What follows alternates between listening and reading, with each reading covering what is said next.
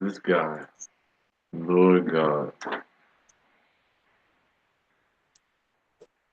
Rosanna, what up? What up? What's happening, man? Rosanna is there, ready to roll. What up, Rosanna? I tell you, you and my boy Eddie, you guys should be like part-time models, man. I don't know. Who? You and Eddie. Dude, you got a lady in your comment box that said you look like Boris Koja. That is true. That is true. I wish I could get some of that money, dog. That would be nice. Yeah, man. Let me bring up. I'm gonna slide the thing over here so I can see. I can see her too. That's a good idea. Having the comment, you can look at this one and have the comments over there. Rosanna, what's up? Hey, Rosanna Jackson. California. How you doing, A. Beezer? Beezer, I got your email, brother. I promised I'll get to you. I got the house full of kids, the dog, wife home, whole city shut down. I got you covered. You're the hurricane. Hey, I'm in a hurricane, bro. I'm in a hurricane. I promised I'll get you straight, brother Beezer. Okay, class. Good morning, class. This is Chris Haskins with the realestateroundup.com. Thank you for joining us today. We've got a great topic, something new, fresh, exciting. My mission statement to raise the financial literacy of my fellow mankind through real estate investing and entrepreneurship. Saying that, I want to introduce you, if you don't know him already, my brother, Ronnie Haskins. What's up, bruh? Hey, Chris, how you doing, man? Thank you for that introduction. And I'm glad that you've been doing real estate for over 15 years. You're a highly respected entrepreneur. Thank you. Yes, but I had to introduce you. I was supposed to introduce you first.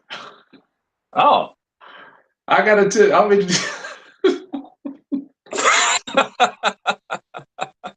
my brother Ronnie Haskins. I'm like that. Been a car dealer forever. He's a car dealer, guys.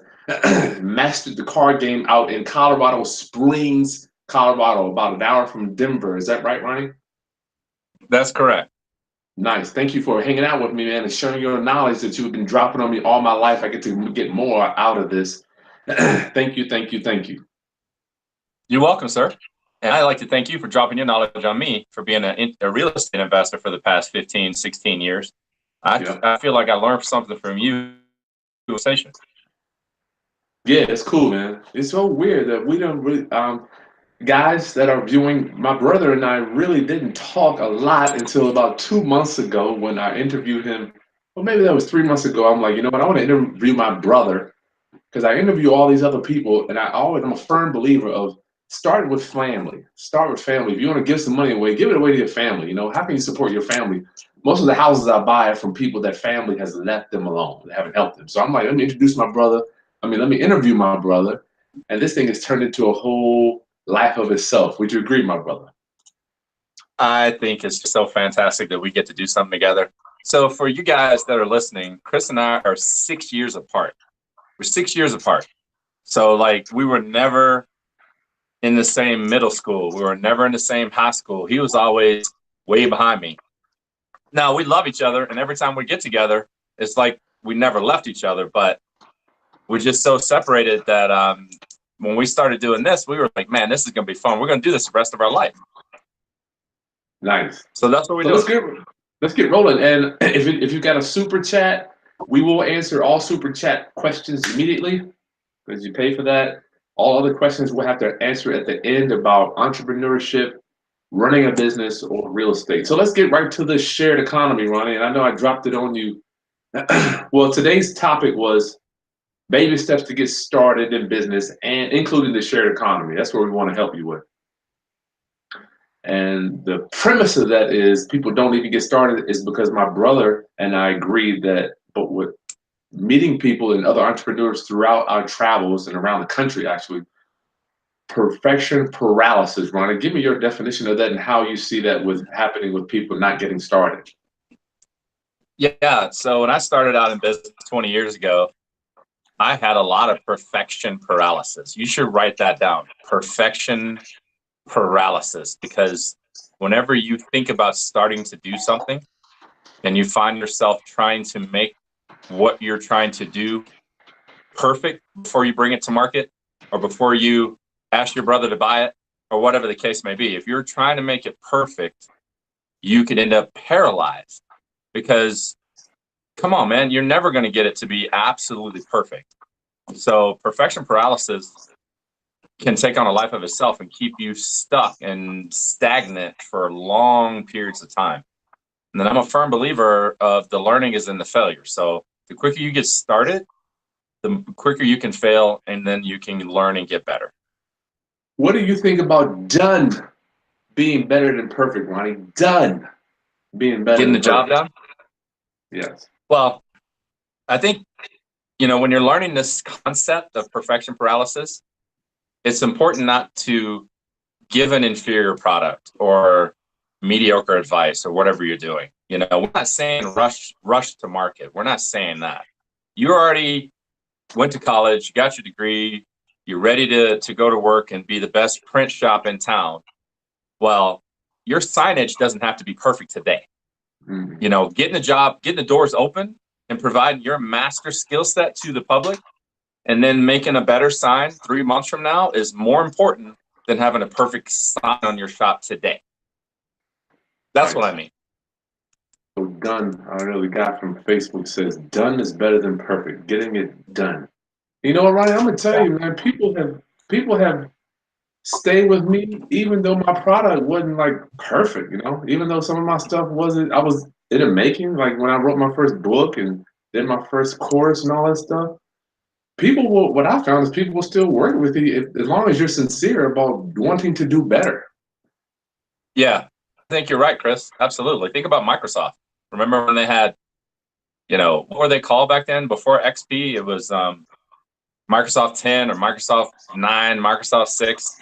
I, Yeah. I found out a long time ago that we were the beta testers and we Oh were paying wow. for it. They never brought a perfect product to market. They brought a product that was good and ready, but it never was perfect. They never worried about getting a perfect product. So I'd like to hear about some of our viewers. What do you do to get over your perfection paralysis? I'm over it, man. I'm like, I don't mind. Like the whole when we do this thing, I'm messing up constantly. I have no problem. We And the know. critics, huh? I said, we know. And it's weird. I never told you this, dude, but I get a bunch of hate email, Ronnie. Really? Oh my, OM Jesus, OM Jesus.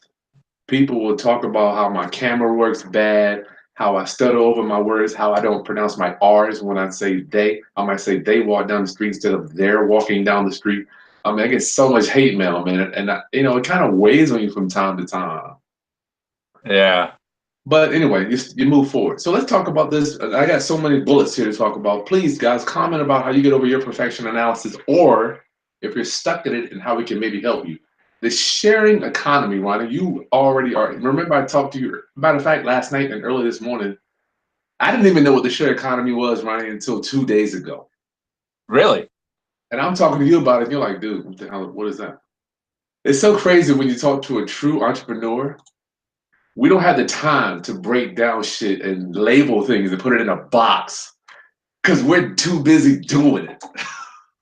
I'll give you a good example about that. You remember what year did The Secret come out? Remember The Secret? I do remember. I don't even know when it came out. I called you and I said, it was like, I don't know, man, like 2003, 2002. If you guys remember, post it in the comments when The Secret came out.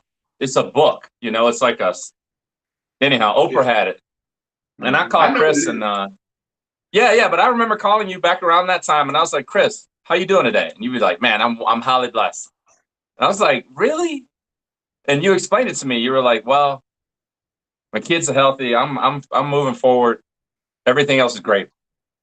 And so when people were like, hey, have you read The Secret? I was like, well, I've been kind of living The Secret for 20 years. You know, like Wow. I believe that I'm going to be successful. Nice, nice.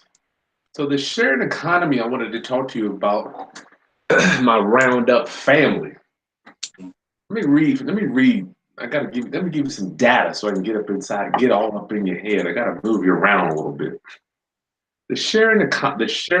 I just want to read an article from. I'll read a few lines, Ryan, so both of us can kind of segue over to it. Sharing economics from this is from Investopedia. Sharing economics allows individuals and groups to make money from underused assets.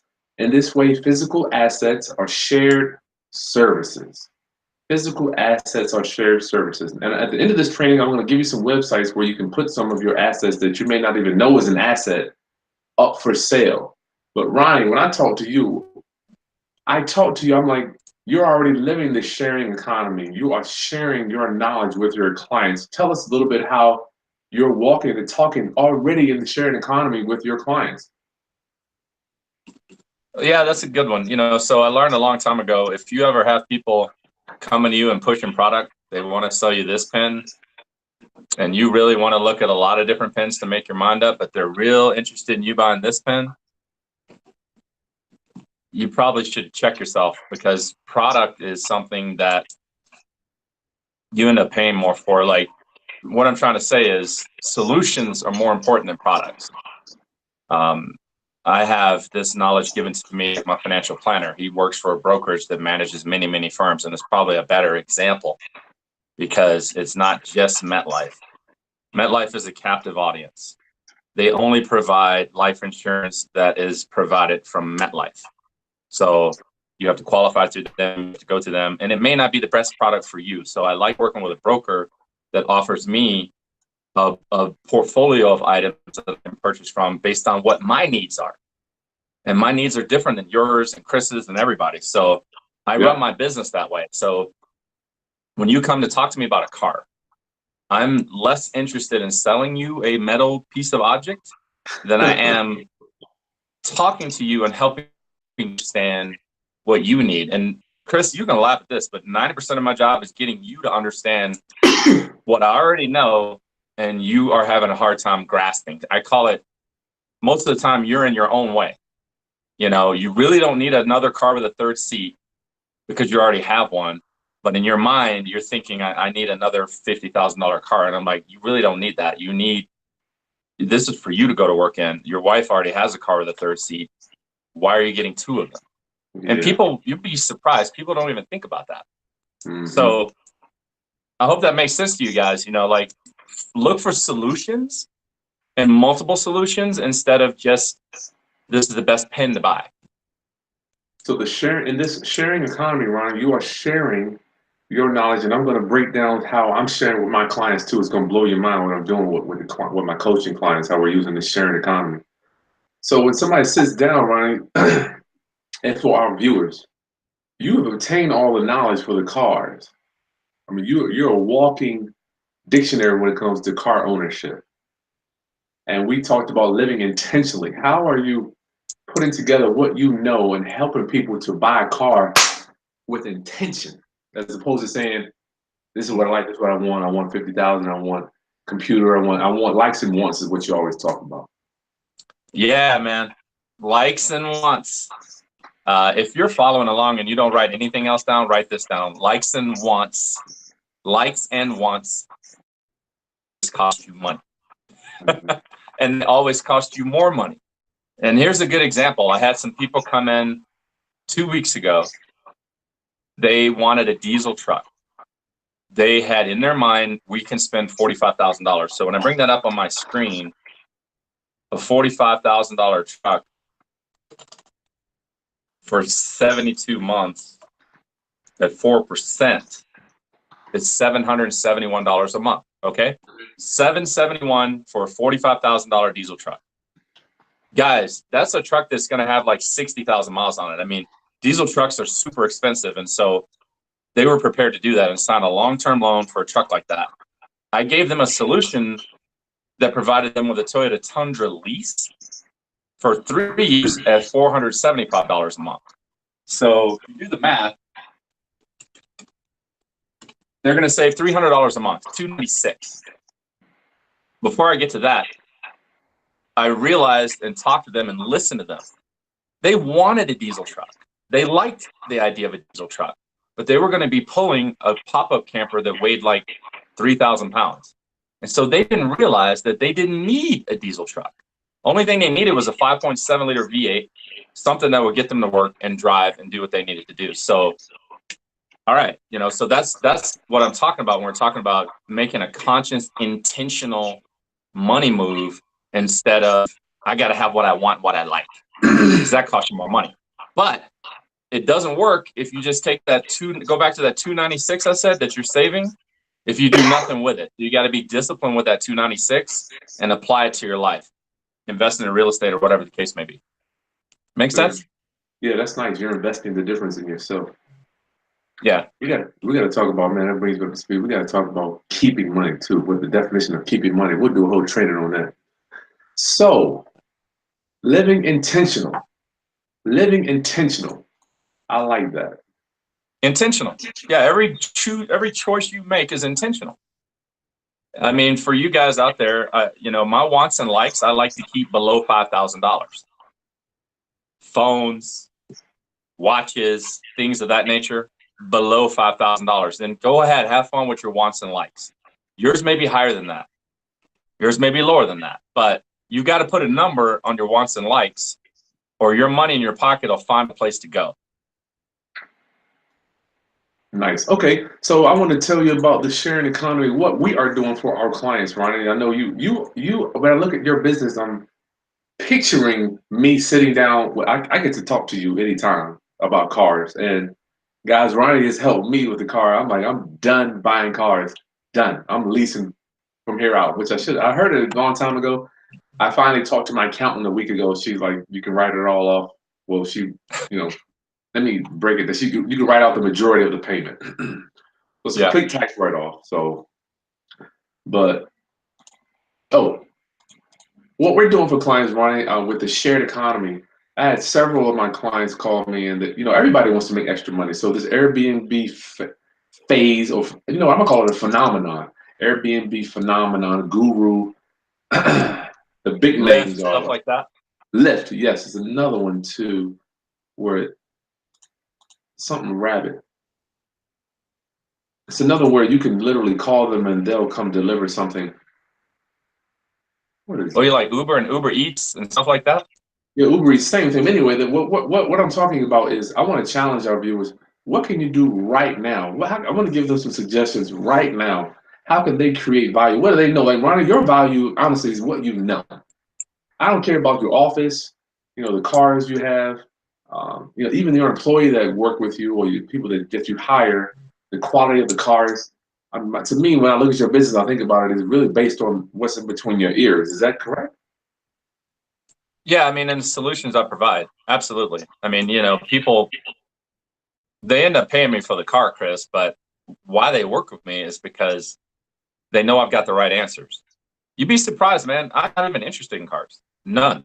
Most people expect me to be like, oh, I love this, or like, oh, what kind of car collection you have? I'm like, I hate cars because they're a bad investment. Unless you're spending $1 million on a car, $1 million, it's a bad investment. Once you spend $1 million like Jay Leno, then you can go ahead and do that. But that's like keeping art. So yeah, I'm the same way. I'm not interested in cars. It's so crazy. People want to talk to me about houses, which I love houses. But I'm like, I don't care if I see another house as long as I live. I don't care. I have seen that one makes houses. Money. That one loses money. Right? Right. Right. I'm like, dude, they're all headaches. All of them. I mean, obviously, I have to deal with them just like you with cars. I'm sure you don't want to go home and freaking have to talk about cars, right? I do. Yeah, it's just a fact of life, But I think it's just funny. Like I had a lady get upset with me. I was at a networking thing, and she was like, "I'm looking at getting this particular car," and I was like, "Oh, that's a cool car." And she goes, "You're not interested in that?" I'm like, "Nah, I'm not interested in cars." Yeah. And then she's like, "I don't want to work with you." I was like, "Oh, okay," But what she wasn't understanding was, you need me on this wall. You want me on this wall. You don't want me to be emotionally trying to sell you something. Hey, man, you really got to get this one. This is off the chain.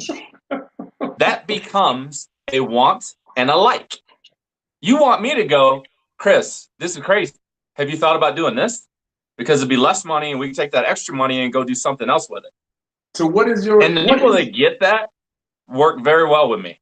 Yeah, I like it too. That's exactly what I told my wife. I'm like, look, dude, his value is worth $1. It's worth whatever he tells you is worth a fee. You could probably charge it for consultations, right? I probably could, but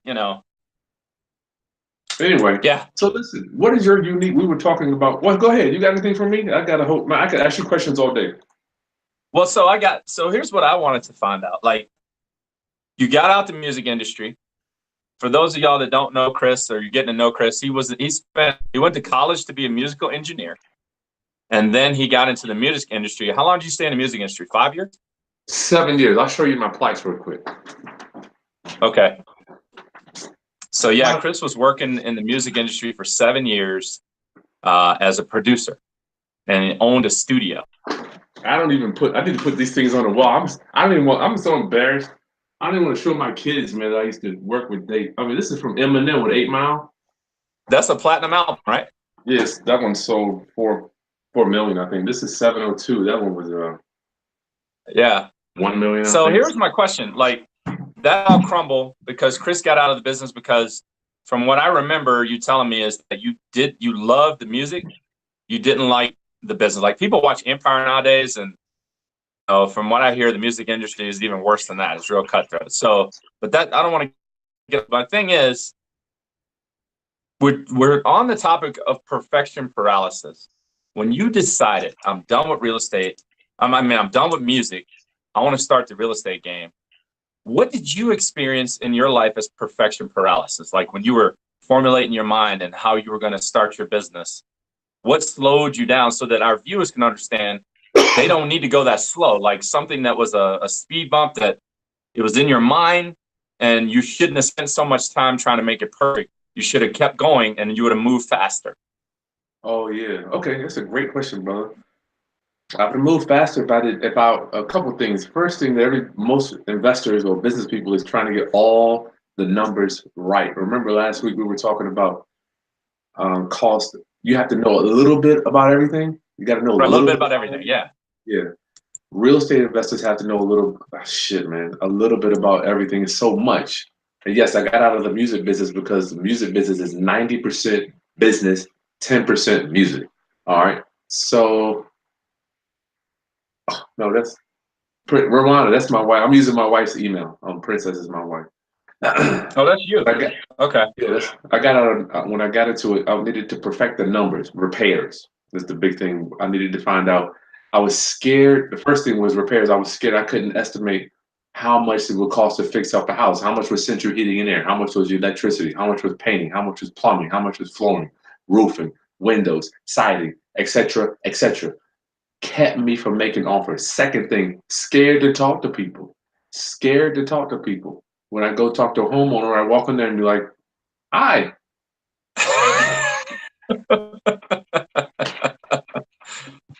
Can I get the house? It's so crazy.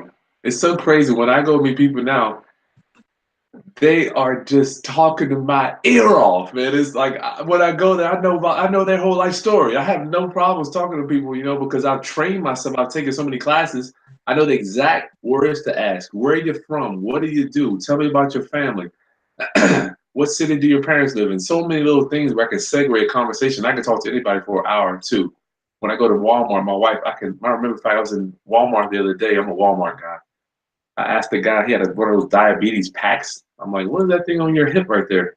You'd be surprised. You ask somebody a question and they're more than happy to tell you. But being scared to talk to people, Ronnie, was so big. You just go up to somebody and say, "Hey, how you doing today?" That sounds like Ron Sr. Yeah, our dad, we have an advantage, Ronnie. Our dad was a master conversationalist. The guy could talk to anybody. I'll say that, yes. But that's not to say, it's like some people are born tall and they might have an advantage over in basketball. That's not to say you're going to be any better or worse than the next. He just wasn't afraid. I wasn't afraid to. I've already. I don't know why, but I don't mind messing up. I think the key for me is I've been fired so many times, Ronnie, from jobs. I've had my spirits crushed from employers calling me and fire me. It's like, dude, if I've been fired 7 times, so I mean, it ain't a big deal to me. But I So want to make. numbers Mhm. and being and fear. So basically, what he's talking about is numbers and fear. So if you're going to bring it back to perfection paralysis, what would you give them? So I can offer up an idea. Like if you're starting out in the real estate game or whatever business you're building, Chris said that what slowed him down was he thought he had to have the numbers perfect. What about, like for me, I don't know how much it costs to fix a bumper, but you can hire that out, guys. There is plenty of people you can talk to. There's a lot of synergy businesses out there, like contractors for you guys in real estate. For me, it's like bodywork guys. So if I look at a car and I'm like, I don't know that bumper, I don't need to know. I need to know, I think it's more than $200, but I don't have to have it perfect. I take a picture of it. I call my guy and he's like, Ronnie, that's probably going to be $400. And Yeah. so now I've got an exact number to keep moving forward. So if you're just starting out a real estate game and go look at a house, maybe you can find someone to go with you. And over time, you will become that expert because you'll be learning from them as you're pricing out numbers and looking at things. The other thing you talked about was fear, fear of talking to people. So what would you give them to overcome? I mean, I know, well, before I let you talk, I think that like, go do it. Like if you're practicing, you just gave them a great way to practice. If you're worried about going to talk to somebody's house, about buying their house, go to Walmart and talk to people. Oh yeah, Like you can walk up and down the aisles and say, okay, I'm going in there. You're sitting in your car in the Walmart parking lot. Like, I'm going to go in there. I'm going to talk to 5 people. I'm going to be sweaty. I have 5 questions to ask 5 people. Where are you from? How you doing? I'm just getting to know the area. And then see how that feels and how you get better and how your delivery grows because you get more confident. So what do you think about that, Chris? Another way I practice is I just go to yard sales. Years ago, I just started going to yard sales, bro. Yeah, there's lots of people to talk to at yard sales. Oh man, you'd be surprised. Those yard sales are great, and they give you the power to negotiate because you don't need none of that crap at the yard sale, but it gives you the ability to say, "I'm going to pay 50 cents for this, 50 cents for this," and if they say no, you walk away. Right. Huh. Yard sale negotiating. I learned that from Les. I can't remember the guy's name. Yard sale. If anybody wants to learn how to be a better negotiator, go negotiate at yard sales. Wow, that's a good one, Chris. I never thought about that, man. Yeah, man, it works for me. It worked for me.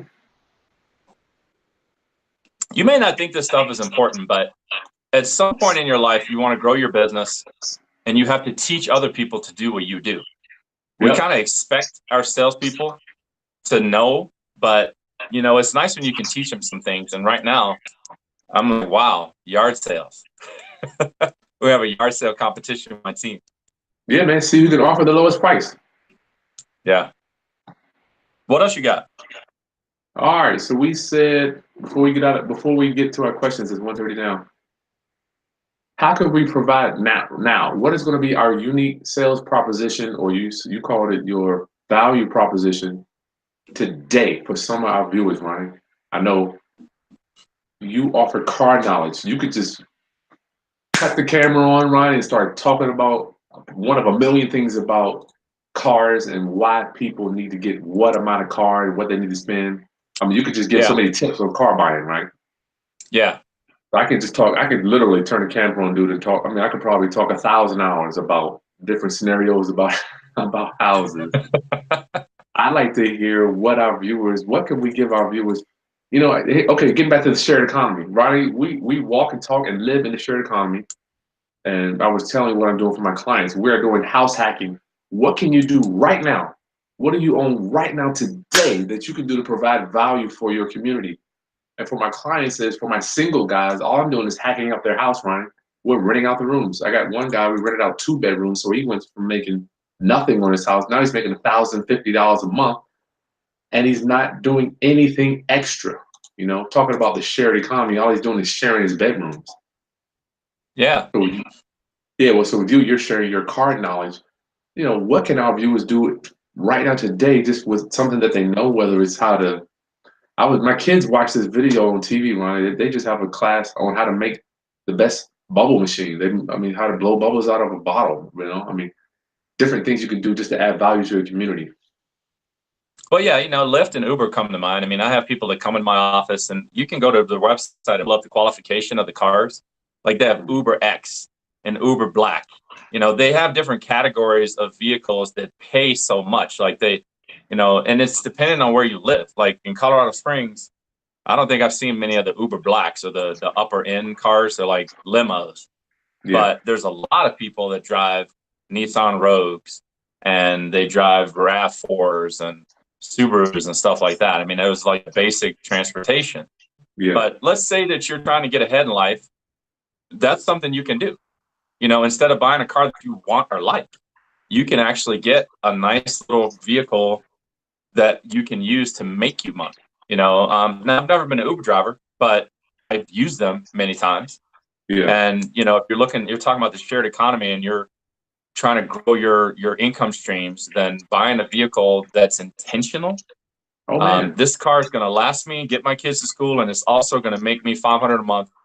I'm going to use it 20 hours a month to Uber. So that type of thing is something you can do right now. I like that, Ronnie. Let me ask you this: can you even use that for TaskRabbit? Is what I was talking about. Did you lease a car and do Uber with that? Yeah, I don't see why not. I mean, it's just cash flow. So basically, you've got to. I mean, they don't require you to turn over the title. They just. We'd have to go look at the qualifications, but put it to you this way: the people that I've sold cars to, they did loans on them, so they didn't own them. So they had a loan and a payment, but then they're still going to use the car for Uber. So of course you can do it if you lease the car. However, that's it. You know what though? I'd have to get back to you on that because I was doing a lease the other day, and I saw something that said rideshare. So, and the loans are the lenders and the insurance companies are getting smart to this stuff. How these vehicles are being used. Yeah. So if you don't mind, I'd like to speak intelligently about it, and I need to research it more. That's a good one, man. Because I know when I did do it. You know what, Ronnie? I did Uber, brother. I don't know if I told you. Huh? You drove? I drove Uber about 2 years ago, Ronnie. I said, you know what, man? I need something else to do. My wife did it, and she was like, she didn't like it. She drove a week and hated it, And I'm like, let me try this because I enjoy talking to people. Dude, yeah. I went out there, man. I'm gonna give you my best day. Picked up a bunch of drunk people out of Virginia Beach. Made $50 a ride. One night I might have made $250 on one night. But I'm like, you know what? This ain't for me, man. I'm done. But think about that, Chris. Think about it. If you're scared to talk to people, remember, the topic of this thing was baby steps. Yeah. Like you're talking to Chris, you're watching the video, and you see me. We all start with babies, and so if your fear right now is talking to people, and you're single, and you have time to do Uber 3 hours every Saturday for one Saturday a month. Yeah. You can talk to like 15 or 20 people in that hour. You can have your little pad up and go, where you guys from? How you doing today? How would you be interested in me in evaluating your house? And they're going to laugh at you and talk trash to you, and you're going to learn and learn and learn and master your delivery. That's what Robert Kiyosaki says. You got to go fail faster. You got to find difficult things to do to make you uncomfortable. You know what I mean? The plant doesn't break through the root until it's uncomfortable, like whatever it is. But, nothing happens until you're uncomfortable. When you feel yourself sweating, you might as well smile because you're about to learn something and you're about to get better right now. I mean, it's going to happen. It happens instantly, man. Like when your mind expands, it never returns to its original state. And so look for those times when you're starting to sweat and embrace those times where you feel uncomfortable because you're about to get better right now. There's no, well, after I sweat, it's going to be 8 weeks. No, it's like the next day, you automatically have this expanded mind that you can use with the next client. Nice. Yes. New life is painful. Nothing comes. New life has to be painful to bring it through. Every birth is painful. Well, I'm a guy, so I can't speak on that. But, for your moms out there, we appreciate it. Yeah, new life. Nothing comes to new life unless it's painful. All right, let's go Yeah. and get to some questions, my brother. So, the sharing economy, what can you do today? I'm going to tell you what I do right now. I cut on the camera. This is going to be the best month for me on YouTube, guys. We got 4,000 subscribers this month. 4,000 subscribers this month. We're getting over, my best day's been over 360 subscribers. Excuse me. But I want you to know that it didn't happen overnight. I've been building this up for quite a while, but I decided to make a decision. Start. I remember I learned from Evan Pagan. He did a training one time. He said, "What can you do today, right now, to provide value to your community?" For me, it was cutting on the camera. Cutting on the camera. What can you give away for free? It took me a while. It took me about, I say about 2 years. I kept thinking to myself, Ronnie, what in the hell can I give away? What can I? Because Evan Pagan, he has his courses that you take. He's like, you gotta find out what you Yeah. can give away for free. What can you? That's where I'm at. Shit, Yeah. how, That's where I'm at. I hear you.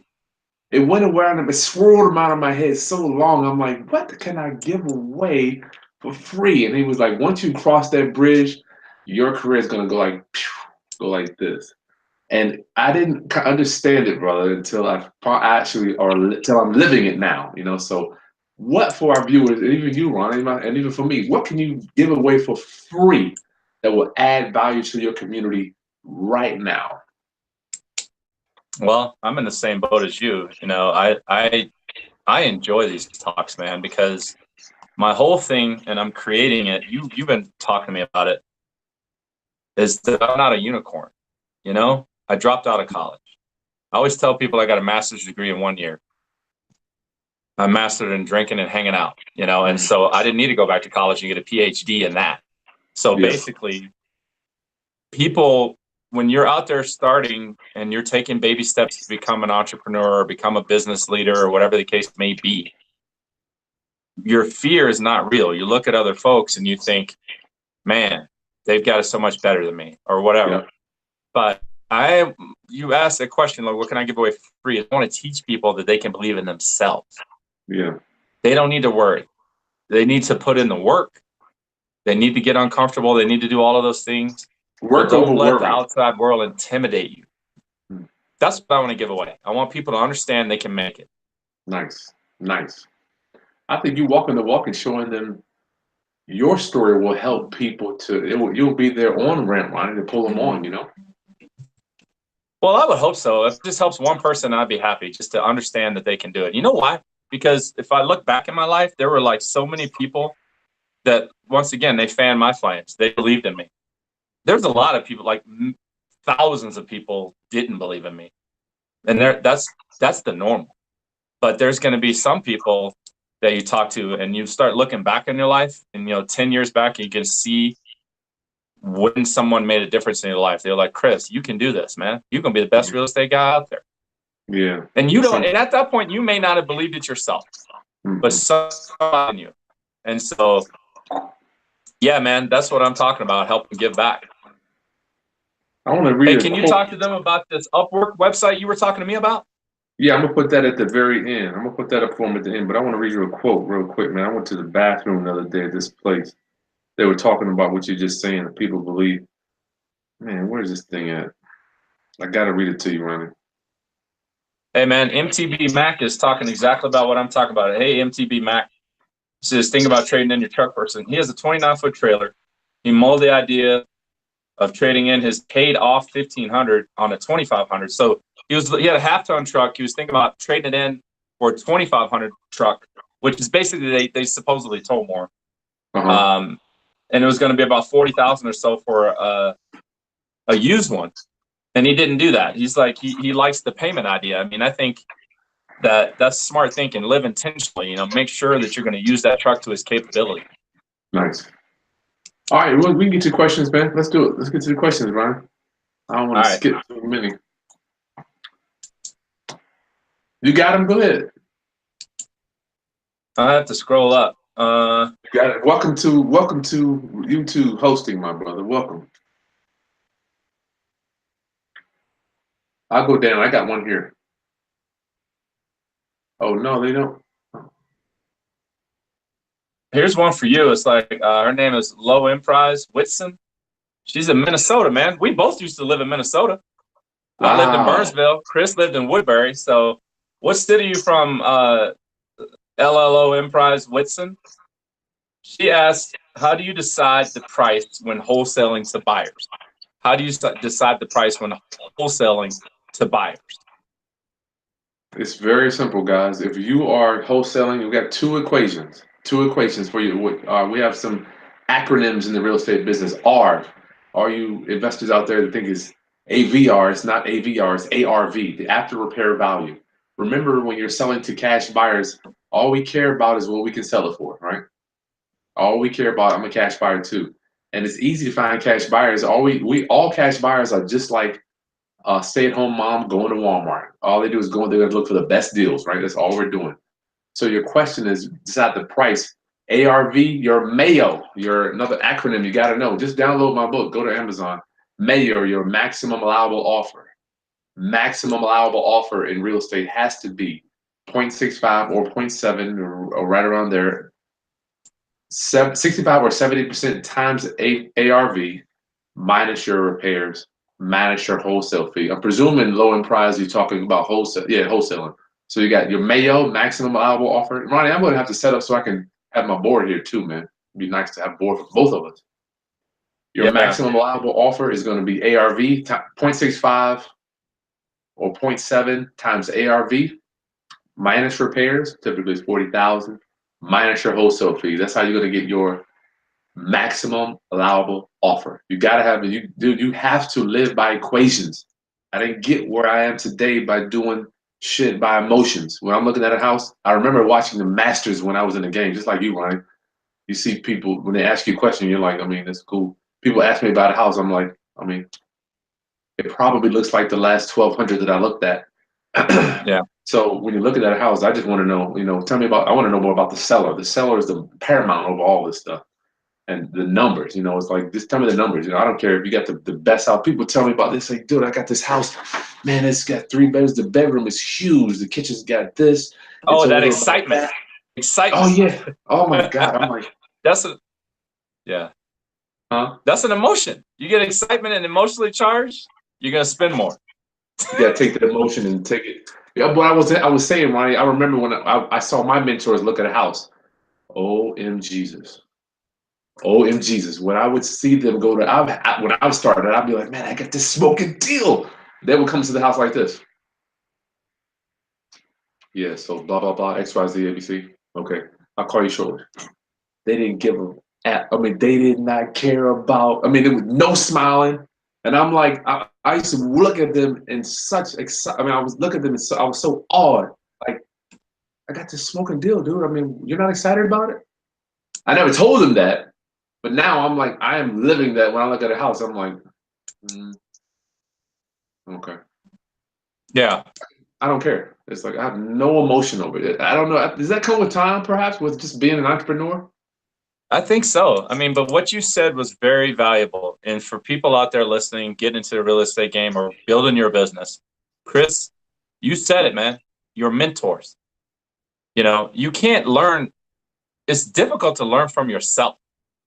And so you've got to find somebody that's able and willing to mentor you. And Yeah. then you can, but some people just aren't mentorable. They fight back. They just want to do it their way. And so you're going to learn your lessons one way or the other. Either you're going to get a mentor or you're going to listen. Or, you get people, I talk to people and their cup's already full. There's nothing else that you can pour into them.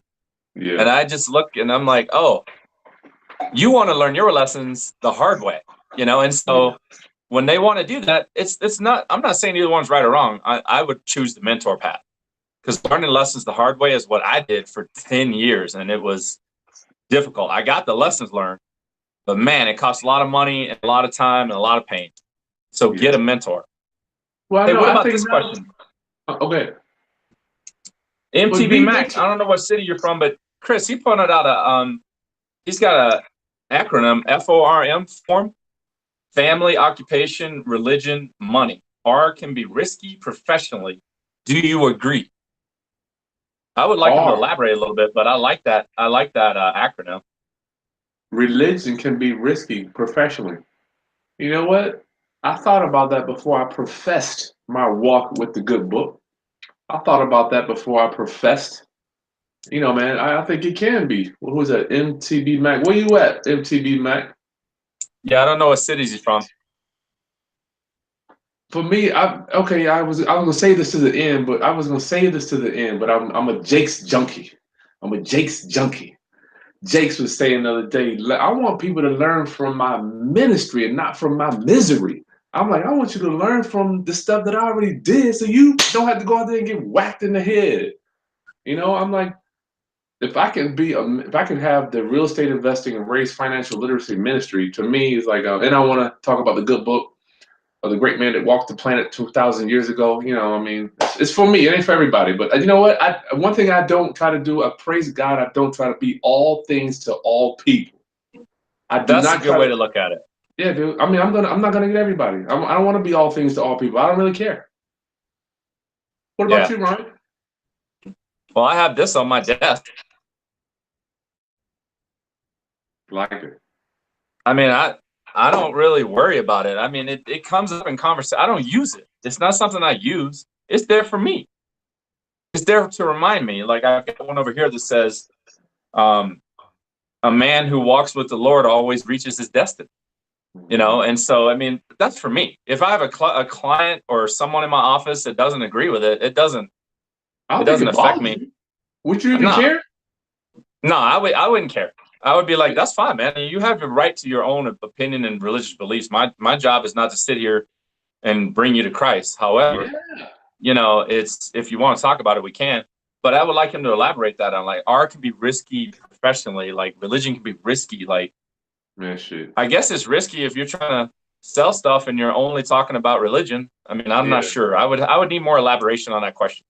That is a good one. But you know, Ronnie, I'm just I think I like it when I meet Muslims, I'm like, dude, I respect this. I respect you to the highest because you live the way you want to. You haven't been, you know, it's not like I'm pushing my stuff on you. I just ask you, just don't mess with me on my stuff, you know. And I think people, you know, what's weird, Ronnie? People like it when people are attracted to confidence, brother. They are attracted to confidence. I don't care what you are. If you like a Yeah. strong atheist, do your thing. Milo. Yeah, people love to listen to him talk because he's so confident and well spoken. I mean, you know, Yeah, it's not somebody that I follow, but yeah. you know, I mean, whatever you choose, just Be believe in it confident about yourself. it. Yeah, Yeah. be confident about it. I don't think it's a problem for me, man. I just, you know, it's just for me, right? For MTB, yeah, for me. I don't try to push it on people at all. I just speak it and it works for me. I will tell you this much. I have never wanted to use religion to make money. Never. Mm-mm. It's just never been something that I have felt I needed to do. I didn't feel good about it or right about it or anything. So I don't use it to prop up my business, Mm-hmm. if that makes sense at all. Well, on that, let me piggyback on that, Ronnie. Only concern I have was that is I want people in the word to get paid. I'm like, why we gotta be broke? Why do we have to be? You know, it's like God bless the what is the receiver? It's better to be a giver than a receiver. I don't believe that. I believe it's better to be in the position to be a giver. But in order to be a giver, you have to have a receiver. You have to have a receiver. There's 50-50. So it's like there's so much different philosophies we could talk about, you know, regarding the religion, I guess, conversation. But I'm like, you know, why can't people in the word get paid, Ronnie? You know, why can't I talk about it and get paid? You know, so I don't think that it has to be a split. I think it could be both. Yeah. Okay. I don't think there's anything wrong with that opinion. You Yeah, know, cool. Yeah.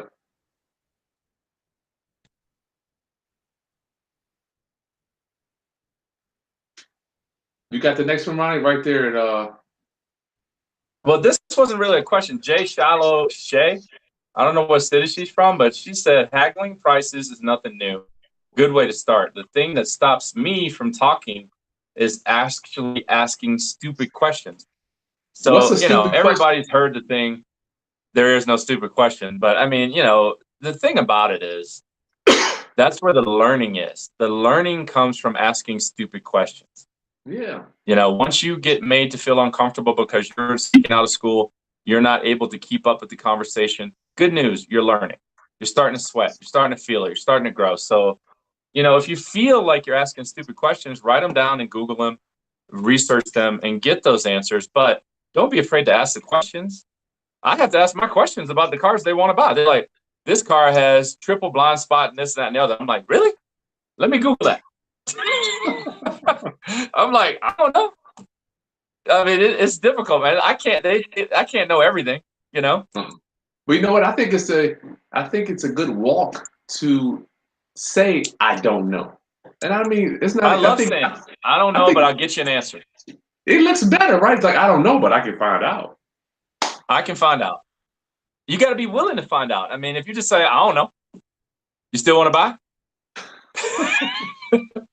I mean, it's okay to say I don't know, but be prepared to go look up the answer. Let me tell you, you're the expert. Figure it out. Let me tell you some tough questions, low in prize. I love it. I love asking crazy ass questions. I just go up to somebody, and all you have to do is preface it. I've learned this from a course I took. Preface the crazy question. I always say, "Let me ask you would you mind if I ask you an off the wall question? How much do you make a year? Or how much do I love getting them uncomfortable. How much do you make a year? Or how much do you make an hour? Or I even love the one, what do you owe on your house? How much do you owe?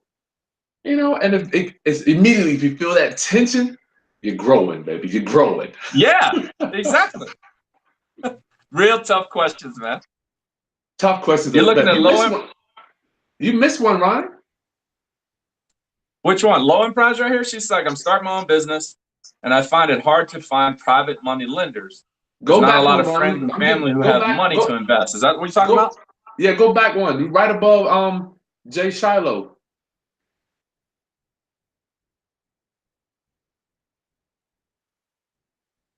Right above.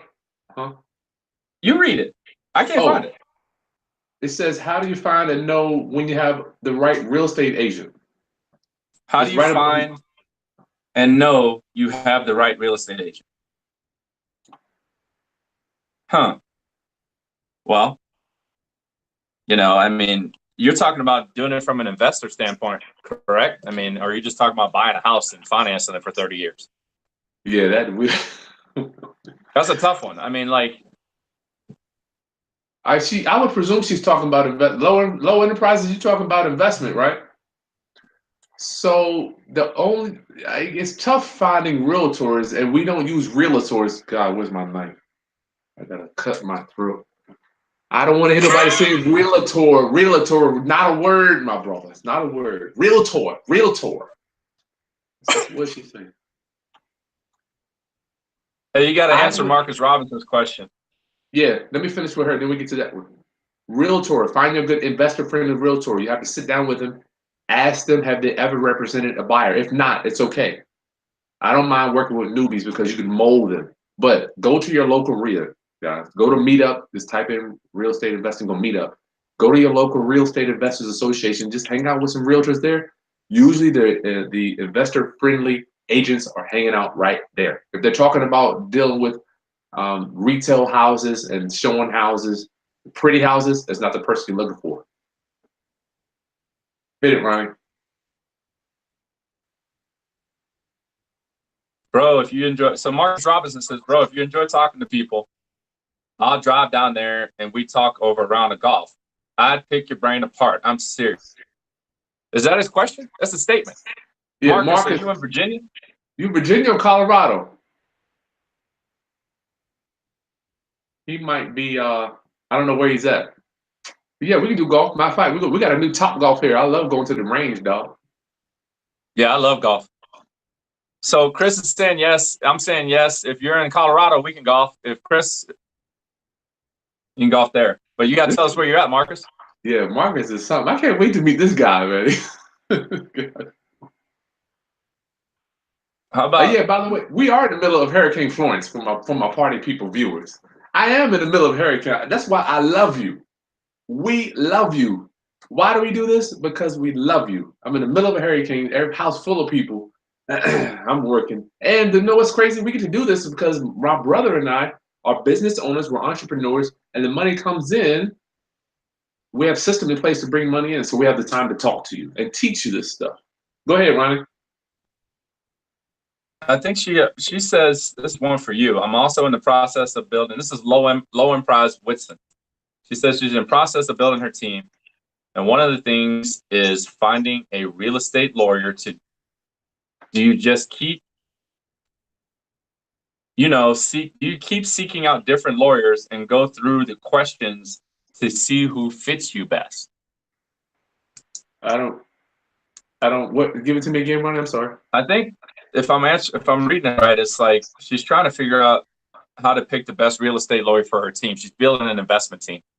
Okay, depending on what city you're in, we're talking about real estate. Okay, an attorney is hard because I got to be honest with you, they're rough. She's I'm in seeing a lot. Minnesota. In Minnesota. She said this is a real estate investment company, and she's building a team. Okay, yeah, you're gonna need an attorney or a title company. I'm gonna be frank with you. Is this low end prize? Yeah, low end prize. It's the one I wanted to catch two up here, right? I want to talk about rental property. Low end prize, it took me about 5 years to find, or not less, weed through all the crappy title companies and attorneys in my area. I hate to say that. I think I tried about 12 before I found the one or two that I like, man. And I hate admitting that because it took me so long. And people, it's weird. People email me and call me all the time. Who's in investor friendly title companies and attorneys? Because not a lot of them will do subject to. They won't do lease option, owner finance, and carry back notes, master lease options, contract for deeds, land contract. All that investor friendly stuff is how we get paid. And I gotta tell you, you're gonna need a good referral. God, it's gonna be tough, and you're not the first few. They're probably not gonna turn out. You're gonna have to get a referral, man. Go to your meetup. My heart goes out to you for trying to find the best one. You got to go through some. Oh, I hope that helped, low end price. Yeah, sorry, like I don't have I would if you want to join my inner circle, I would obviously help you find somebody. I got some questions we could probably ask them, but I mean. I remember I had a subject to deal years ago. I went to about 6 different title companies, and they were like, "This is illegal. You're not the one for me." Right. MTB Mac. This one here, Ronnie. She's reluctant to buy rental property because she's afraid of deadbeat tenants ruining her financially, or him or her. MTB Mac. Ronnie, you got rental property. I want you to go with that, man, because you're not full-time investor, but you still have rental property. Perhaps MTB Mac is not a full-time investor. So you can shed light on that. I'll tell you what, man. So I had to learn those lessons. I have 2 properties out here that I was managing. I remember showing up.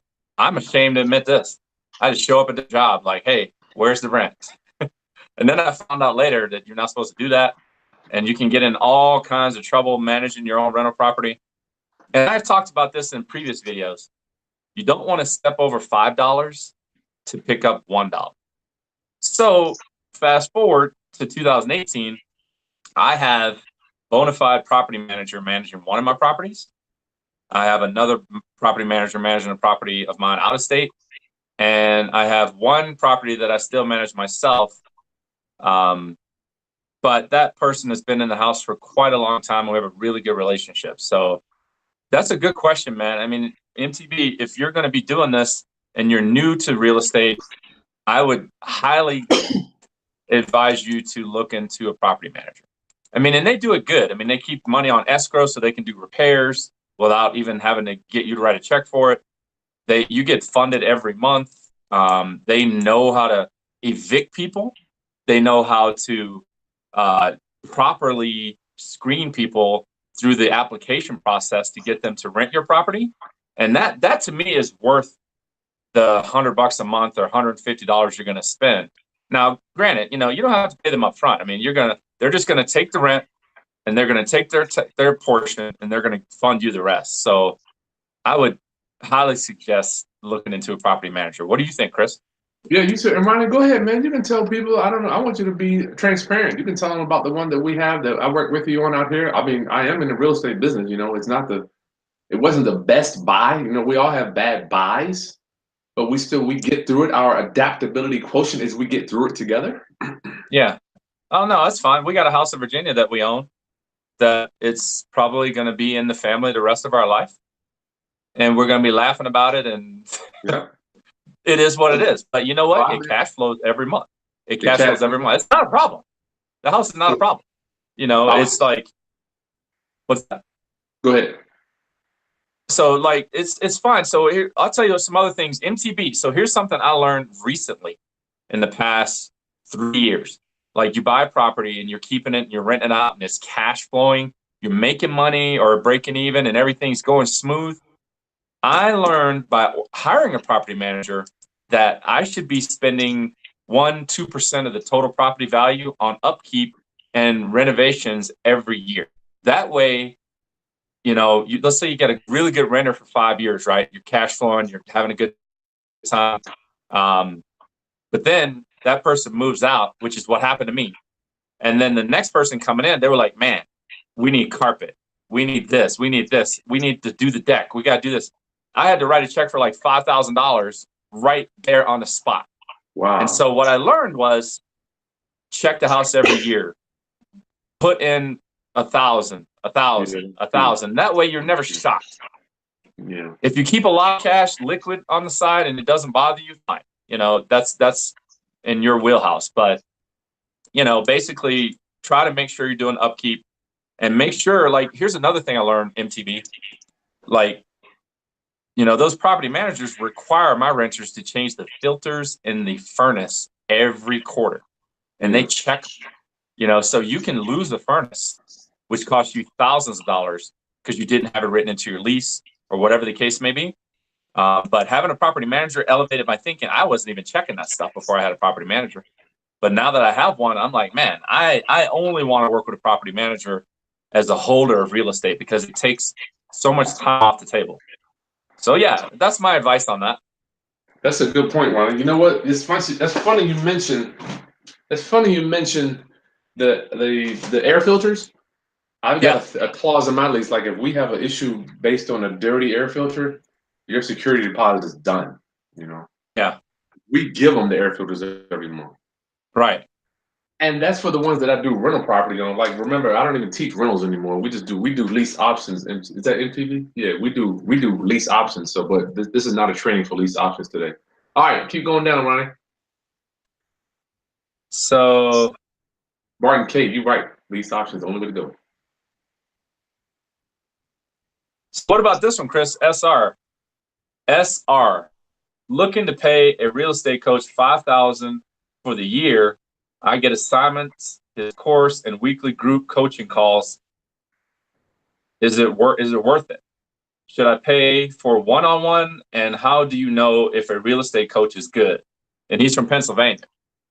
That's like right up your alley, Chris. Yeah, I'm seeing SR. You chiming in, man. You on the grind, brother. You're gonna pay either way. I gotta tell you this. Just like when my brother broke down the car before he was breaking down the leasing the car as opposed to owning a car. Most real estate guys hate cars. You know, I'm just saying, generally speaking, it loses money, goes down in value. It takes my money when I work on it.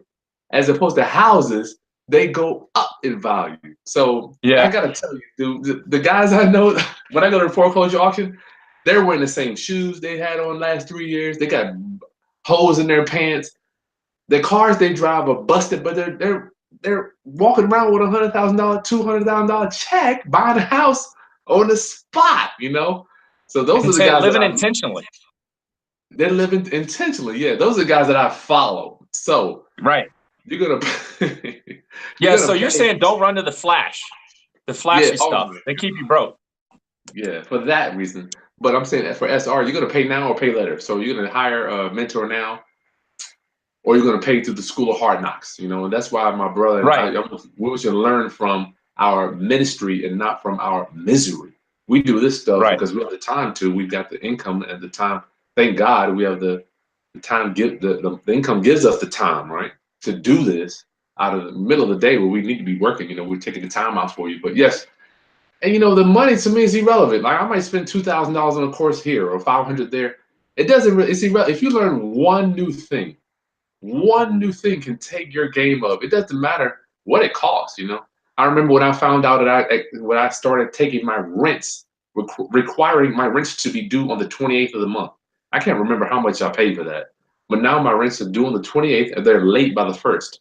So when the first hits, if if my rents aren't in, I get to charge a late fee on the second, as opposed to the generally speaking population where they have their rents due on the first, late by the fifth. So we literally make more money on our rental properties because our late fees are paid earlier in the month. So little things like that that you learn. I mean, I don't know. I probably paid $1,000 for that one.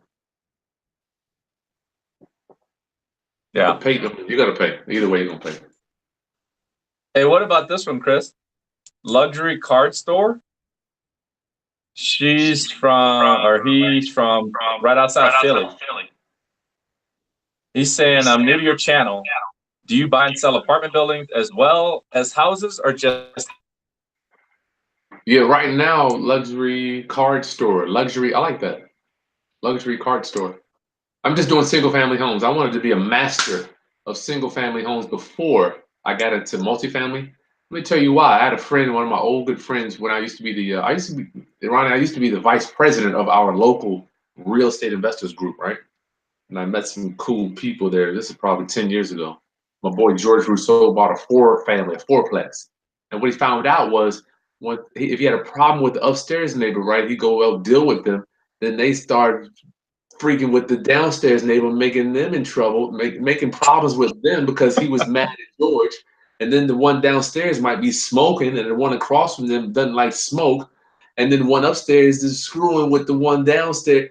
It just was a nightmare for George, you know. So I don't necessarily know. I haven't mastered multifamilies, but my partner Ron Brown is a master. But I am going to get into apartments. It's one of my goals over the next few years. Apartments is the way to go once you have some capital. Right on. Yeah.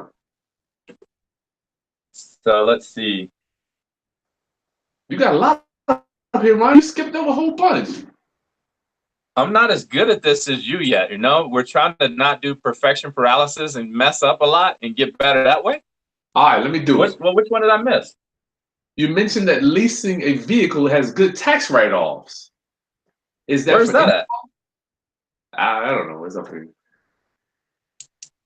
Leasing a vehicle is good tax write-offs. I'm just reading from. I'm sorry, Rosanna. Rosanna, where you at? Where you from? Is that for anyone, or is it for? Do you have to have a business running for tax write-offs? I know I had a talk with my CPA before after we talked. Well, so they just changed the laws on that, and I would just say you need to talk to your accountant. Like my assistant used to be able to get paid by me and then write off stuff when she was driving around town and taking care of business.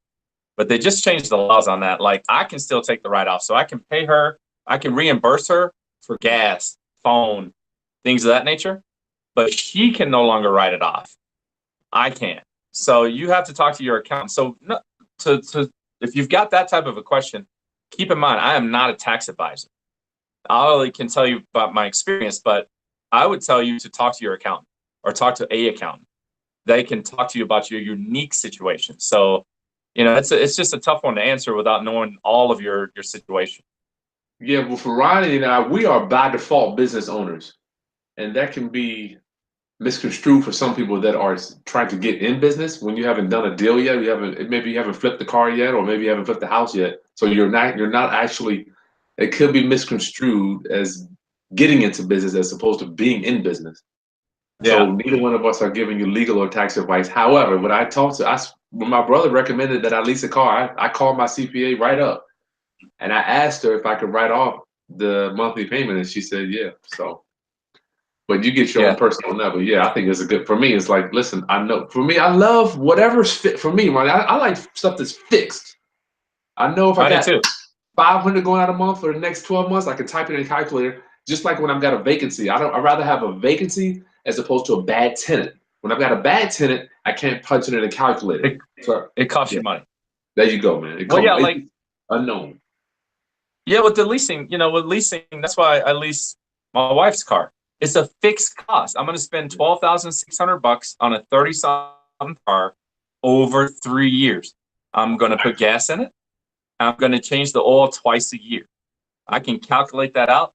It's going to probably equal 13 grand over 3 years. Reset, keep going. Nice. That makes sense. And I'm doing that intentionally. Yeah, I like the way you broke that down for me. That helped me out a lot too, Ronnie. All right. I'm glad it helped. Where do you find mentors? Go to you got us. I mean, if you Ronnie has you know, if you can, put your email in, Ronnie, too. Yeah, I mean, mentors. I have a few. But I'll tell you this much: I'm always open for answering questions. If you email me, I'll answer your question to the best of my knowledge. But once again, I'm not a tax lawyer, CPA, so I can only give you advice based on my experiences. And I think that's what Chris and I are talking about. It's like we didn't have a Brown Institute or where did the president go to college? We didn't have a Harvard degree. We had to go through the school of hard knocks. And I really feel like, and Chris feels like, you shouldn't have to. Like, if we can answer some of your questions, help make your life a little bit easier, we get satisfaction from that. I mean, it's not about making money all the time, giving back. And I think Chris and I feel the same way. It's like, I want to give back some of this stuff because I feel very blessed that I got to be successful. However, I think that you can too. Anybody can do it. That's the best country in the world to do it at. We have the best country. So we've already won the lottery, like Gary Vee says. You were born a human, not an ant, and you live in America. So the rest is just get up, go to work, make it happen. So if you need advice, send me an email. I'll talk to you all day long. Put your email in there, Ronnie. And Bangladesh is hard. Right now. America is easy. Well, let me put in a .com. So I'll put in. Did you put Gmail in there, Ronnie? Bangladesh and I would say the Sahara Desert is hard. United States of America, easy. United States of America, easy. All right, let me keep reading, Ronnie. Glad you, Real McCoy, thanks for coming, my brother. You got the second job at 15. That was nice. Yes, 0.67. Chris, Martin K wants to know, I don't know what it is, Ronnie. What is investor carrot? I don't even know what that is. Let me Google it. What is investor carrot? Is that a real estate thing that I don't know about? Investor. I don't see that question. I don't know why it's coming up here. Investor carrot. Oh, websites. Oh, the website. Yeah, get a website, man. I mean, it's a couple of dollars a month. Get your website up. Yeah. Martin K, get your website up. You're mentioning lease option. Oh, leasing the vehicle. We got that one already. I'm starting my own business, and how do I find private money lenders? There's not a lot of friends and family who have money to invest. What do you do? That's from Low and Prize. Low and Prize. You know, Ronnie, I wanted to ask you before I give her my opinion about or my philosophy on private money. Where did you get your money to buy your cars, Ronnie, and to get your stuff off the ground? So that's a good question. I had to invest in my own business back in 2006 or so. I had to put in a grip of money. And so I leveraged my rental property at that point in time.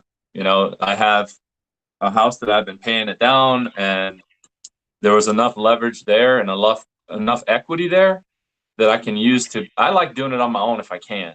But I'm attached to an investor that helps me with cars. Because in the car game, man, you just got to have a lot of liquid cash at all times. I mean, accessible. It's like what's that? You have to cash accessible. Access to, and I believe I'm glad you said that. I think access to money is a little bit more important than just having the money. Like if you've got $200,000 in your bank that you can go write checks on, that's really good. But having access to $1 million is, and I believe you're going to pay somebody, whether it be a bank or an investor, whatever. I think once again, stepping over $5 to pick dollar is very detrimental to your thinking, because you cannot live your life thinking that nobody else is going to make money on you. You just have to do the math and make sure you're making enough money so that when you pay the people that are around you or in your team, you're still making a profit. So I have to have an investor in order to get everything purchased at all times. So you had a private investor starting out. Okay, well, Low and Prize, private money lenders. Good God, I could do a whole training. She's asking who? Like, family difficult, but I work with Dad, dude. Dad funded me for a while. Yeah, which I think we're rare though, because family can, I don't know if I'd recommend family because it can be real difficult. We were very blessed. Our dad and mom were in a better position, but you know, yeah, yeah. would you recommend family for private money? I do, Ronnie. I do because I don't want those profits leaving my family. And I think if people do what they say they're going to do, I enjoy paying interest to family, right? I mean, it's like, look, why would I give it to a stranger when I can give it to family? Okay. That's a But good way to look at it. I mean, I'm just that's one vantage point. But on the other hand, is like I know I can control myself. I know that my philosophy is my investors come first. My investors come first. Even if I don't make a penny or I lose money on the deal, I know my investors are going to get their money back. So for low end prize, if you have that mindset, you can use private money lenders. If you have the mindset as to where your investors get paid back first, use their money. If you don't know if the deal is going to work and you don't have any of your money in it, I want you to go use hard money. Hard money is going to be money that they're going to come out, look at it. They're going to be your second eyes opinion on this deal. Okay, so low end prize. I don't know your level of expertise. If you've never done a deal, you better not be putting out $100,000 to somebody else's money because you're going to lose it. All right, or your money if you've never done a deal yet. If you're starting out, go get hard money or a construction loan will help you not mess up. I don't like newbies with money. It scares me. Yeah, money. Did you say newbies with money?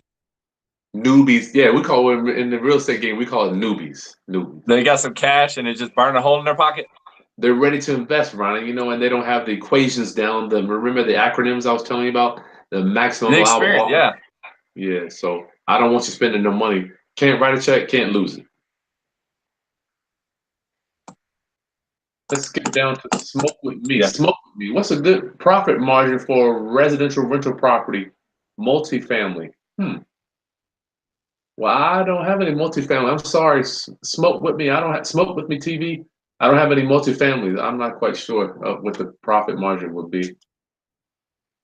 I believe this. There's never a stupid question. Real McCoy. Very, very right. Very, very right. Very true.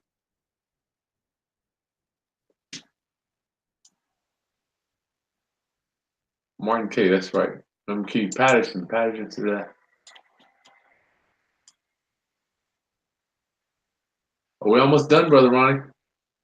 I Real know, man. McCoy. How do I find money to buy and repair? Yeah, you gotta. I mean, I got a whole course on some of that stuff. I'm gonna give you guys a link for negotiating too. I'll put my negotiating audio in here. I'll put that at the bottom so you guys can download that.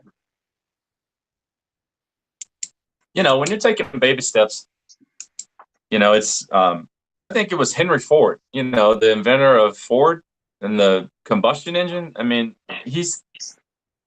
we talked about this a little bit in the knowing a little bit about a lot, but it's okay to have people around you that are smarter than you.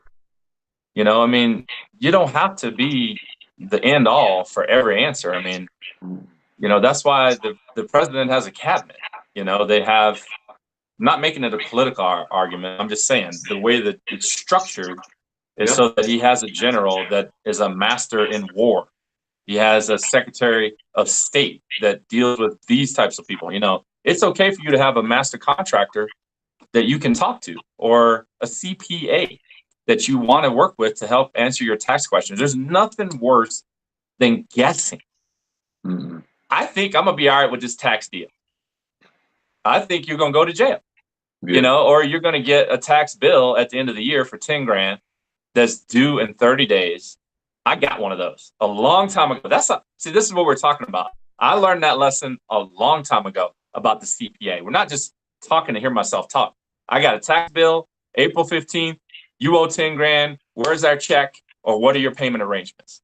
The IRS does not call you. They don't email you. They send you a letter. It's a formal letter. It's certified. It's an invoice. It's an invoice. And action starts to happen. And so, yeah, man, I had to pay 10 grand. I was like, what the heck? And so from then on, I count on and depend on an accountant to come to my office and bring me my paperwork and make sure that I'm buttoned up. Me too. Oh my goodness, man. And that That cost feels good, about, doesn't it? yeah, it feels real good. It feels real good when I write her a check. I'm like, thank you, ma'am. See you later. I'm talking about So didn't get feel some good paying people that around you 10. that are smarter than you. It didn't feel good paying that 10 grand, did it? It did not feel good. It emptied my account for months. You know, I was all ready to do something else and done. So yeah, man, you got to get the right people around you, and they have to be smarter than you. You can't be the smartest person in the room. You can't. You're in trouble if that's the case, brother. You're in the wrong group. Yeah. You need to up your level, up your game, so that you're not the smartest person in the room. Then you can grow. Period. All right, we get an hour and a half, Ronnie. Let me get these things knocked out. Do you recommend living next to your rental? I think that's a cool idea. MTB Mac, that'd be real cool. Walk across the street, get your rent, or they can mail it to you. But I wouldn't tell them I'm the owner, though. You don't want them knocking on your door. You don't want them to know. You just tell them you're the property manager. You don't want to tell them you're the owner. Yeah, my two in town are each about 2 miles away from our home, and I don't think I've driven by them in like 3 years. Yeah. But like, I don't want anything to do with it. You That's a got to good get over question. there, Ronnie. You got to drive by those houses, bro, at least once a year, man. Nobody cares about I them more than have a you. property manager that drives by them and tells me that they're fine. That's okay. Well, as long as you got a good property manager. All right, let me see. Yeah. I got your private lender question, low improv. MTB Mac, good idea. A lot of people have been talking about purchasing your first multifamily, then moving in one before you know turning it over to someone. Okay, buying a multifamily and moving in one side. I can't comment on that. I don't know. I'm looking to have a rental portfolio because I want to generate income as well as that's going to be separate from my business. Good gracious. Yeah, I mean, rental port, unless you have, I don't know, low end price, I don't know what your capital reserves are, but unless you got some reserves, I don't want you buying and owning anything because I promise you, you're going to have one repair can wipe you out for a whole year's worth of cash flow income. Yeah, Real McCoy said that he doesn't want jail time from trying to keep being poor and go right back to poor in jail. It's like, you know, you're right, man. I mean, like when people, like you do your first deal or you get your first business transaction and you think you got a lot of money, but Uncle Sam has a lot of money, you know? So you've got to, like, when you're setting up your business or your real estate investment firm, if you don't have a tax person at the table, I don't know, man. Good luck. It's going to be tough. Be better, yeah. You know, I wanted to buck the system too when I started. I'm like, man, I don't want to learn subject two. I don't want to learn this strategy. I'm like, I want to do the new stuff. Why do I need an accountant? That's for the older rich guys. You think that, but you ever, now when I talk to people like tax time, right? And I'm like, hey, man, what's up, man? You want to go out to lunch? He's like, man, working on my taxes. I've been working on them for 2 weeks. I'm like, wow. Ew, how many hours? You know, like hours and hours and hours and hours. And I have to think to myself, you know, what are you worth an hour? It ain't worth it. That's crazy, man. Like, and you still don't know if it's right. You spend like 3 weeks working on it, turn it into the government and pray. Yeah, that's It's terrible. like, no way, man. All right. So, Ronnie, what would you like to leave our viewers, man? We're gone. I'm going to give you. Well, we're talking about baby steps today and perfection paralysis. So I would definitely go back to what we talked about. If there's one thing we should all work on is finding a way to be uncomfortable next week. Like, I like what you said, Chris. What can we do right now? So like next week, everybody's in Walmart talking to people. If your problem is fear of talking to people, go to Walmart and start talking to people, or go to the yard sales or whatever the case be. But got to find a way to be uncomfortable. Comfort will just keep you wrapped up in a blanket for the. So get uncomfortable. Get uncomfortable. I like that. I like that one, Ronnie. What do you want to leave? I want to leave people with learn from our ministry and not our misery. Jake's, I mean, it hit me this morning. I'm like, learn from our ministry, you know? And I ain't got to be religious. I'm just saying what we're saying. Learn from the lessons that we're showing you so you don't got to do. I wish, Ronnie, that somebody was doing a broadcast like this 15 years ago when we got started. Dude, I had to learn so many lessons, dude. Yeah, could write a book just on the tax thing. You know, Ronnie, I got some other stuff here on real estate, man. If you want to keep cranking them out, I don't want to hold you, man. These guys got about five more on here. No, I'm good, man. Go ahead. Well, the thing is, I don't want to beat real estate up today. I will. I'm going to get into it, but I want to talk more about business. That's why I like talking to my brother because he has so many different viewpoints, vantage points, and philosophies on business. And when you boil it down, I don't want you to get incest. I don't want you to commit business incest and only listen to real estate gurus. I did that for the first probably 8 years of my career, just listening to real estate guys. And then I learned that that real estate is just another business. That's all it is. And if you can borrow different ideas, I like to take it from the car business because the car business can be a good commodity business. People just want to look for the best price and move on down the street. But for the sharing economy, what can you do? What do you own right now? Whether it's your car or it's your brain, whether it's your house, you can rent a room out. What can you do now? I'm challenging you to compete and join us. Join us in the sharing economy. And this is the new rich, guys. If you haven't read Tim Ferriss's book, The 4 Hour Work Week, where he talks about the new rich, I remember being a little upset about the new rich when I heard about them. Ronnie, are you familiar with this at all? I am not familiar with the new rich. The new rich, man, where space and time are irrelevant to your income. Space and time, as a matter of fact, there's one more, space, time, and location. Location is irrelevant to your income. This guy wrote a book and he literally works 4 hours a week, man. And I didn't believe it. I didn't believe it until I read it, man. 4 Location hours. is irrelevant, Ronnie. I mean, he's got assistants all around. Like I told you, I have an assistant in the Philippines, right? One of my assistants. I pay her roughly 50 cents an hour and she is happy to work for me. She gets the job done expeditiously, perfectly. I'm checking over. She is happy. She speaks English. She works, I don't want to say she works for me. She works with me. And I only have one. So you can have 50 virtual assistants, paying them X amount an hour. But if you have some knowledge, some specific knowledge, go to Upwork is one. Go to Upwork for the sharing economy. Go to Upwork. You can put your skill, like for Upwork, people ask me real estate questions. They pay me just to answer real estate questions on Upwork. You can go to guru.com. I'll put a couple here. And this is just people who are going to pay you for what the hell you know. Upwork, Skillshare, Skillshare.com, Fiverr, TaskRabbit. With TaskRabbit, you deliver stuff with your car. But the new economy and the new rich, they use what they have already. Because I was at a point in my life years ago, I'm like, I need to look for stuff externally. I'm looking for how to do business externally.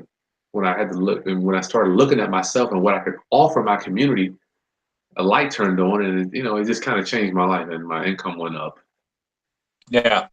But Ronnie, you live in the shared. That's why I can't stress to you, man. You walk and talk and live in the shared economy. You're moving to the new rich. You have a location, but you're moving to the new rich. All you do is show your knowledge, bro. That's all you do is tell people. I think it's so fun, man. I mean, I think it sounds real sappy that we want to help people, but I feel like a calling to do it. Like, especially people that don't believe, like they're like, how can I do this? I'm like, you can, and it's not going to be easy. It's not like there's no real get rich quick scheme that I could ever believe in. But if you're willing to get up and go to work and believe in yourself, you can be as rich as you want to be in this country. That's right, man. That's right. Let's see what we got, man. Upwork, yeah. Good gracious, Ronnie. You just started. Oh, you just started now.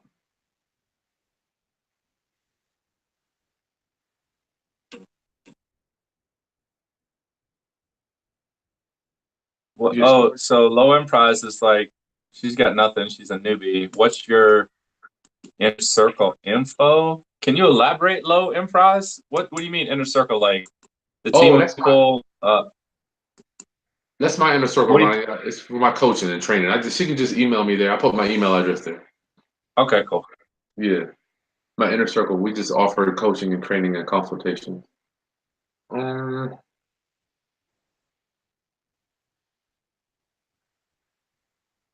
Okay, cold corporate. Cold corporate. Sorry about that, brother.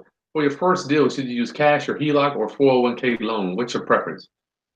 Well, let me tell you, my brother. But Ronnie, you use for your let's just talk about business. Let's not even say it's a real estate thing. You use the equity. You pull the equity out of your house to help build your business, correct? Yes, I did do that, and some private cash that I saved. So you saved up. Yeah. You did mastered two rules, man. Wow. You know what, Ron? You it's so funny when I listen to you talk. You live the richest man in Babylon. You probably I don't do you are you familiar with that at all? No.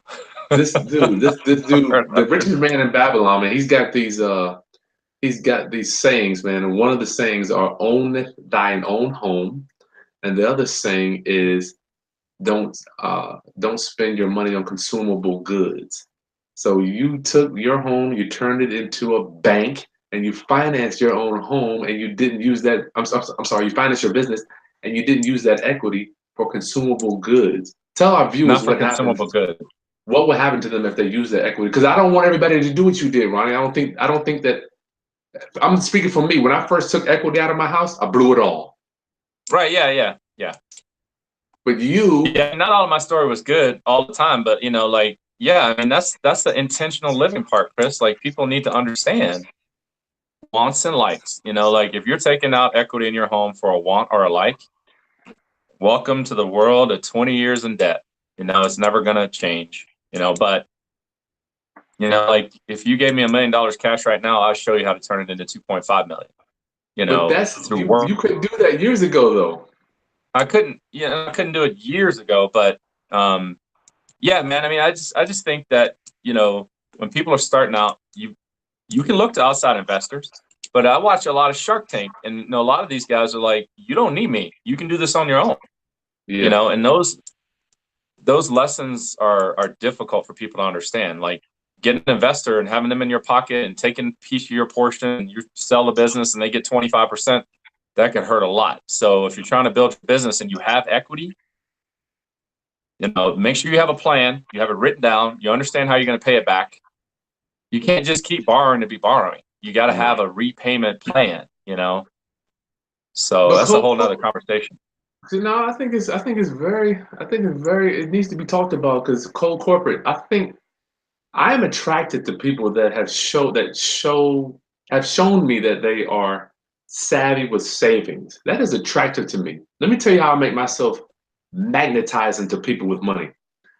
I'm a point in my life now, dude, where people just call me, they want to give me money to buy houses. I'm blessed to do that. But I didn't start like that. I magnetized myself by saving up dollar by dollar. And I'm like, look, I don't even need you. But if you want to come into business, we can talk. I don't need you, but we can talk. So I'm saying to say that cold corporate, save up some money on your own first. Save up some. And it's not going to happen overnight. I started saving for real estate back in 2005. When you have some capital, you come to the table with some capital, I promise you, man, things change. When people see you doing business on your own, watch one of my videos from one of my hard money lenders. He's like, man, I will lend Chris money at any time for any house he wants to buy. Because I've sacrificed and saved over time, I put my own money in. People love it. When you risk your own money, you've made yourself magnetize. You've magnetized yourself to make money with other people's money. You got me?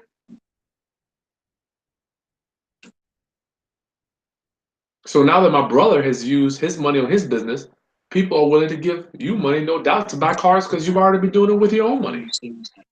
They sent me that.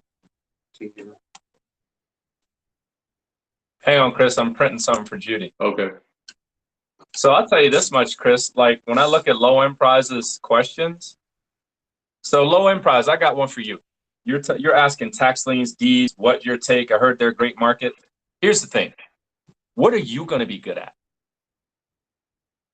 What do you want to focus on with your real estate team? You know what I'm saying? Like, or do we want to chase what sounds good, feels good, other people saying it's good? Last week, we had a person talking to Chris about condominiums, and so I'm a big fan of 3-bedroom, 2 baths at least, and a 2-car garage. I'm a big fan of that because that's my wheelhouse. That's where I've mastered that. and I'm comfortable in that space. And I'm not ready to be uncomfortable because I'm not doing real estate investing right now. Christopher is a master at the single family homes, but he also owns condominiums, making money off of them. But he learned how to do that. So low end price, I can't answer what tax lien market is about, but I do want to know, what are you about? What type of stuff are you going to master? Which area of the market do you want to master? Yeah. You got to pick. That's a great point. Pick one, the master of one. Learn how to master one, low price. You can't, don't try to do all, just try to master one of them. Did they email All me? right. To you. Who? Oh, luxury card store. Is that another one of those online jobs? I like that one. Onlinejobs.ph. Onlinejobs.ph yesterday. Oh, yeah. Okay, yeah, get a Filipino. There you go. You got a Filipino shit. So online card store just hired a VA. There you go. Very good. That's going to be that sharing economy I'm talking about. You still there, Ro? Yeah, when I got into the business, there are a lot of different people that offer a lot of different things. And this goes back to like what we were talking about. What's your unique value proposition? You're unique to you. Why would I want to work with low end price? Why do I want to work with Chris when there's 1,000 real estate investors that I can pick? And it doesn't matter if I like what you say or not. What matters is that you believe in it. I believe that I offer a value to you. Whether you believe it or not is irrelevant. I know it and believe it. And so some of my clients, they are all in, work with me for 15, 20 years. And then there are people I meet that they want to do it their way. And that's okay. I don't need to shift my lane in order to make them happy. I don't spend my time making everybody happy. I spend my time working on my particular value proposition and the people that are magnetized to that. And so that way it continues to grow, and they send me more people that think the same way. So, nice. If you're continually working on things that everybody else says is good, like the market, man, like the S&P 500, like, hey, man, Apple stock's real great to buy now. You probably have enough money to buy one stock of Apple right now. Yeah. But yeah, that's the hottest thing on the market. Where the money is made is hiring somebody to find the gold mines, the sleeper stocks, the stocks that actually have an opportunity to explode based not on feelings and emotion, but based on data, experience, and having the right person on the job. Good. So, you know what I mean? It's stay focused. Yeah. Stay focused. Don't chase shiny things. So I hope I answered that. Yeah, we use some of your cold corporate. Try to use some of your money, and if you got a home equity line of credit, yeah, try that. 401k loan. We don't use traditional 401ks. We use self-directed 401ks, self-directed Roth 401ks, cold corporate. I would tell you to go look into that, please, before you take any loans against your 401k. Good God, I wish.